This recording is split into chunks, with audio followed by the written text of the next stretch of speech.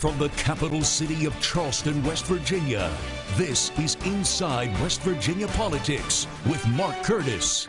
Inside West Virginia Politics is brought to you by AARP West Virginia, your ally for real possibilities in the Mountain State.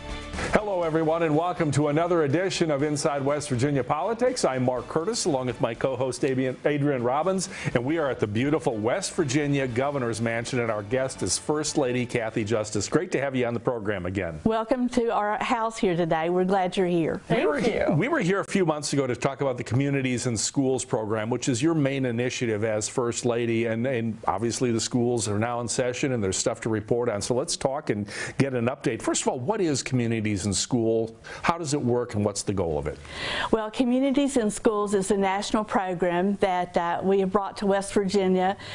We're now in 11 counties. It's a program that we're involving the communities, as just it says, in the schools. We're getting people in the schools that have an interest in the kids, just an adult who's a loving, caring person to almost mentor these children and make a difference in their lives. And now we're a couple weeks into the school year, obviously. What have you seen so far for the program this particular year? Well, we're seeing just great things. People are becoming more involved. We're seeing a real high quality of people applying for the jobs in the schools, like the administrators and the site coordinators. We're seeing people that are already professional people that want to help and become a part of this. This is our big thing right now.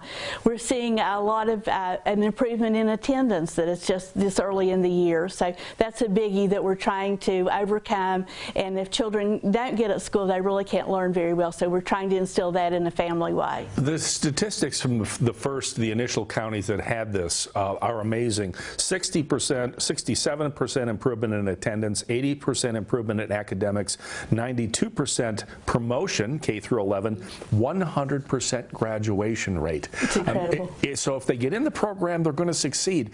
That brings me to the difficult part of this. We know that attendance is down in a lot of schools statewide this year, and maybe not in the Communities and Schools, but other schools. How do we fix that? I mean, do you have some thoughts on how important it is to get kids in school and how you get the parents and grandparents to get them there? Well, that is just a worldwide problem that everyone has, you know. So we're trying to educate the parents as well, and as the grandparents, which a lot of the children live with grandparents, aunts and uncles, and just not with their main family. So we're trying to let them know the importance of coming. We're trying to incentivize the children coming to school. You know, we just need to make it where they want to come to school. We have an example of a little girl in Berkeley County last year. She was a 4th grader, I think, and she didn't like school at all. She lived with a lady, a foster family, which was a wonderful lady, and she was just so nice. And she said the little girl didn't want to come to school. She just was a terrible time to come. So they started an after-school gymnastics program, and the little girl loved to come to that program. So she's now coming to school happy, and it's really made a huge difference in her life. You talked about how this program really was put into urban areas originally, and now we're seeing it in rural areas in West Virginia. But we obviously have different problems. You mentioned the grandparents. We have quite a few grandparents here in West Virginia raising their kids. What are some of the other issues that Communities in Schools is trying to fix here in West Virginia in particular? Well, we're trying to make children feel special. We want to make them think that they can do anything that they want to in life. That's why we have the one-on-one person that's working with the kids in the school that really cares about them, wants them to just succeed in life, be great in whatever they do. And so that's what we're trying to do, just to make them feel good about themselves and whatever they want to do, whether it be technical schools, college, whether it be elementary school, or whatever their goals are, we want to be there for them. All right, we started with 3 schools. We went to 11 counties that have it. Is the goal to get this in all 55 counties in West Virginia, and how do we make that happen? Oh, Mark, it would be great. That's what our end goal would be. We're so happy that, first of all, the governor has donated his entire salary to this every year, so he's really in, and education is a huge thing to him.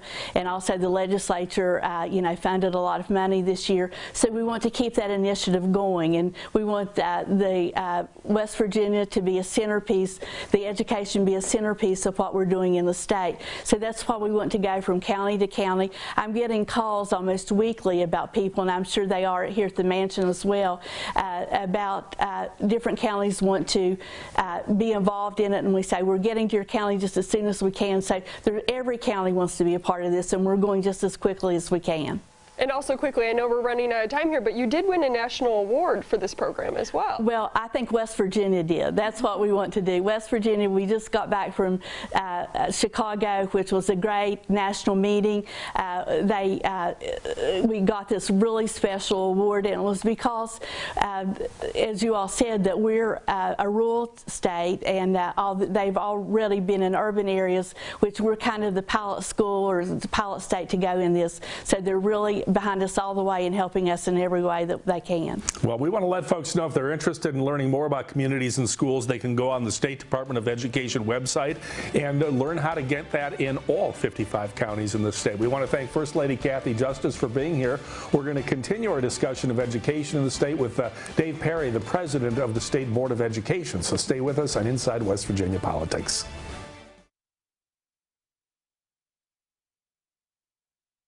Now back to Inside West Virginia Politics with Mark Curtis.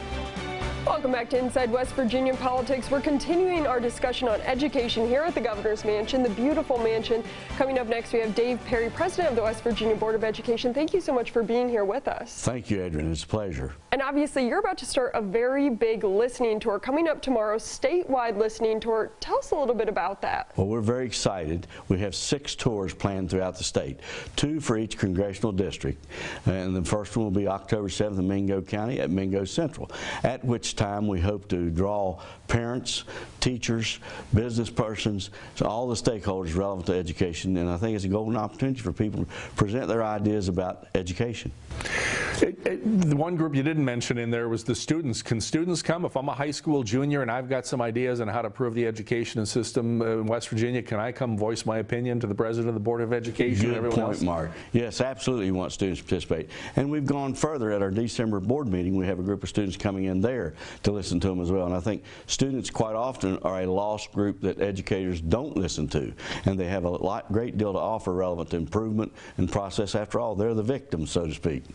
Obviously, listening tour, I'm getting a little bit of deja vu from back with the education bill when there was the listening tour around.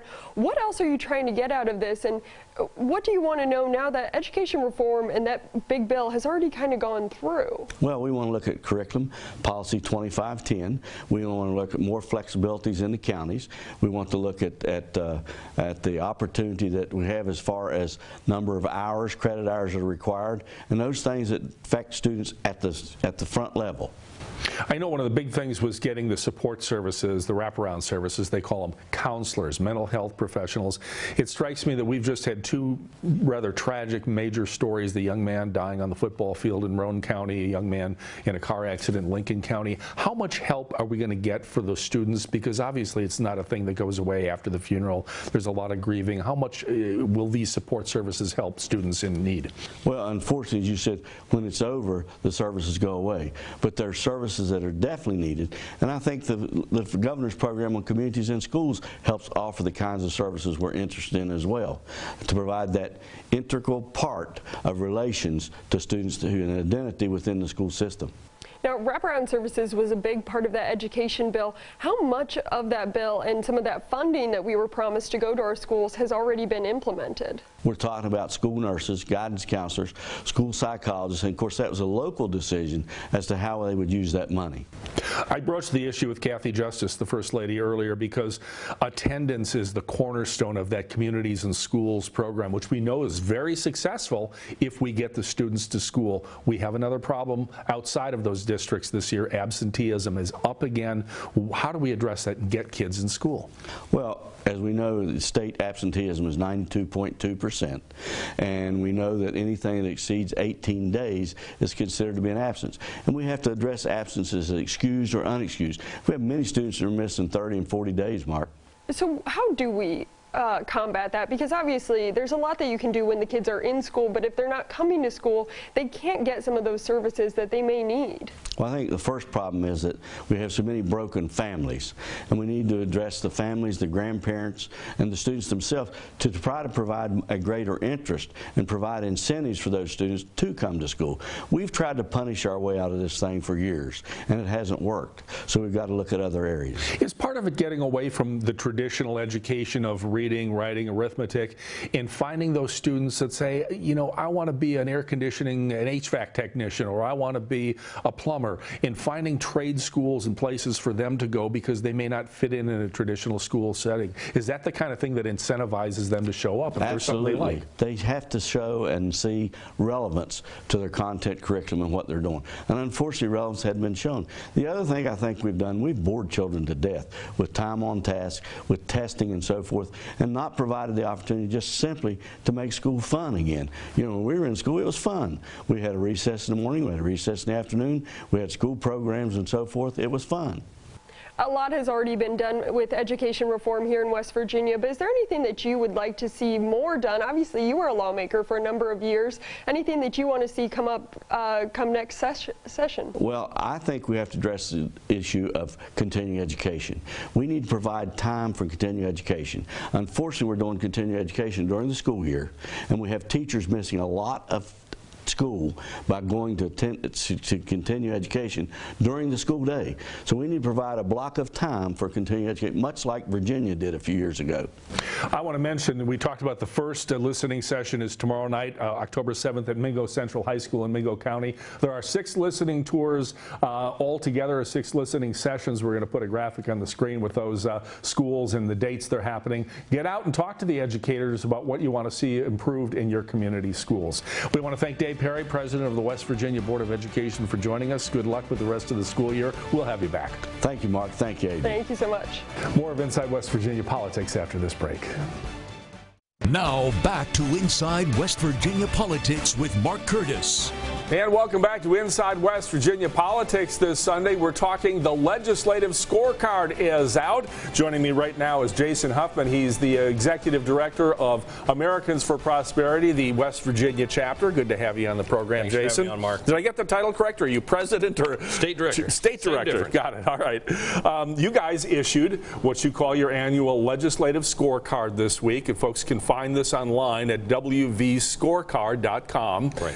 And it's a legislative scorecard basically giving not grades but letting voters know how their delegates and senators voted on certain issues. Why did you guys do this? Well, so it's critically important that West Virginians are informed and engaged in the policy process, and what we're trying to do is get them engaged with this scorecard, let them know where their lawmakers stood on very critical issues that we identified as being very important in this legislative session.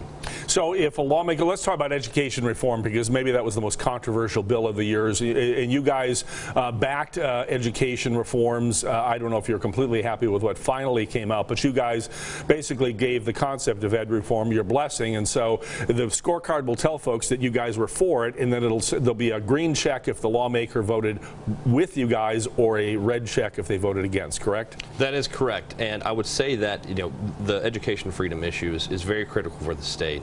We're way behind as a state in terms of offering up more educational opportunities for our students and families, and you're right, the eventual bill that passed was not supported by us. Governor Justice and lawmakers of both parties watered the bill down, and so that's something that we point out in the scorecard. We're a nonpartisan organization, and so we're able to hold folks of both parties accountable. We want to encourage them to come back and do some more education reform and work on these issues in a fashion that will provide students and families the educational freedom they deserve. Let's talk about Americans for Prosperity for a moment, because you say it's a bipartisan organization, and I know you've worked on bills that have, you know, had appeal to both sides of the aisle, not only in the state legislatures but in Congress. The organization is funded by the Koch brothers. A lot of people view them as right-leaning, libertarian, but talk about your efforts to paint you guys as bipartisan and give us some examples. Well, first of all, I would say that, you know, we have a philanthropical community across the country that supports what we do, because what we're doing is breaking down barriers that keep people from reaching their full potential. potential. And our mantra is this, it's very simple. We're willing to work with anybody for a good idea.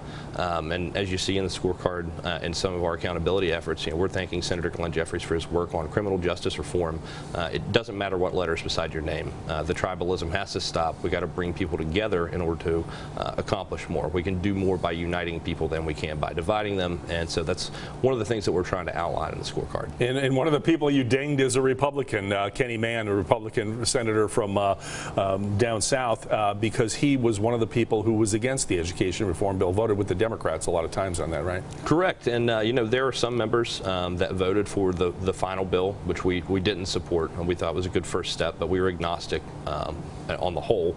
And I would say that, it doesn't matter what letters by your name, right? If you were with the faction of anti-reform lawmakers that sided with Governor Justice to water down this education reform bill and fail West Virginia's kids, we're going to let folks know that that was your stance, and hopefully encourage you to take a better, more principled stance next go around. Should people view these as endorsements? Again, some of the sheets show which lawmakers voted for and against certain bills that you guys were interested in, yet there is no endorsement in here, or there's no instructions, please vote against so-and-so because they weren't with us. Is that correct? That is correct. So what we're doing is we're not doing any kind of electioneering. This is purely public policy accountability. You're not going to see anything from us that says vote for or vote against anyone.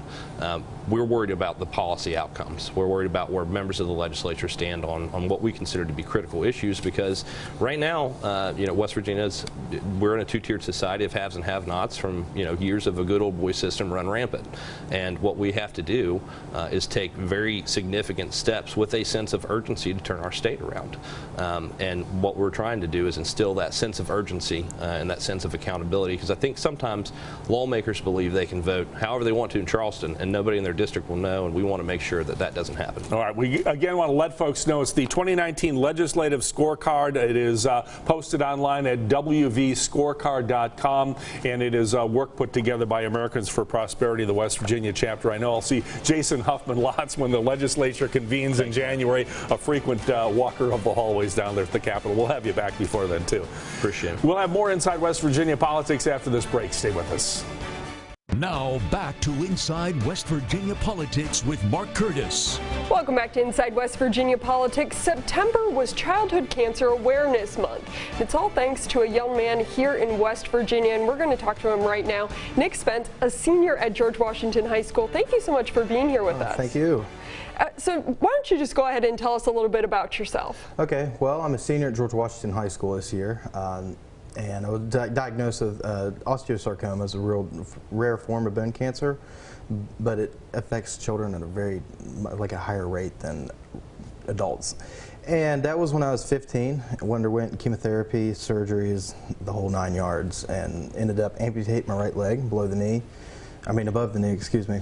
And now I'm getting back, rehabbing, and this is my first year back, a full year in high school as a senior. And that's kind of it for now.